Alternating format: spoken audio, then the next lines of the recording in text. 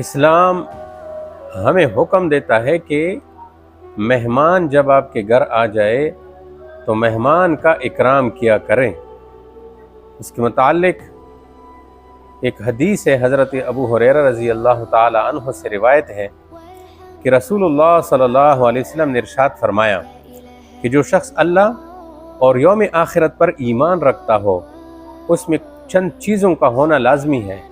یہ سب سے پہلی بات کہ وہ اپنے پڑوسی کو تکلیف نہ پہنچائے، اور اسی طرح اسی حدیث میں فرمایا کہ جو شخص اللہ اور آخرت پر ایمان رکھتا ہو اس کو چاہیے کہ اپنی مہمان کی عزت کرے، اور تیسری بات کہ جو شخص اللہ اور آخرت پر ایمان رکھتا ہو اسے چاہیے کہ خیر اور بھلائی کی بات کرے اور یا خاموشی اختیار کر لے۔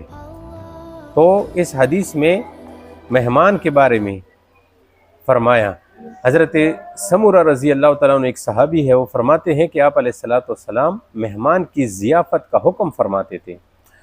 تو مہمان کا اکرام کیا ہے؟ مہمان کا اکرام یہ ہے کہ اس سے کشادہ روی اور خوش اخلاقی سے پیش آئے، ٹھیک ہے، نرمی سی جو ہے گفتگو کرے۔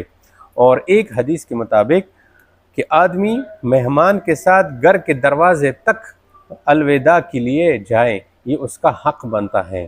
اللہ پاک ہمیں اسلام کی روشنی میں مہمانوں کی قدر کی توفیق عطا فرمائے۔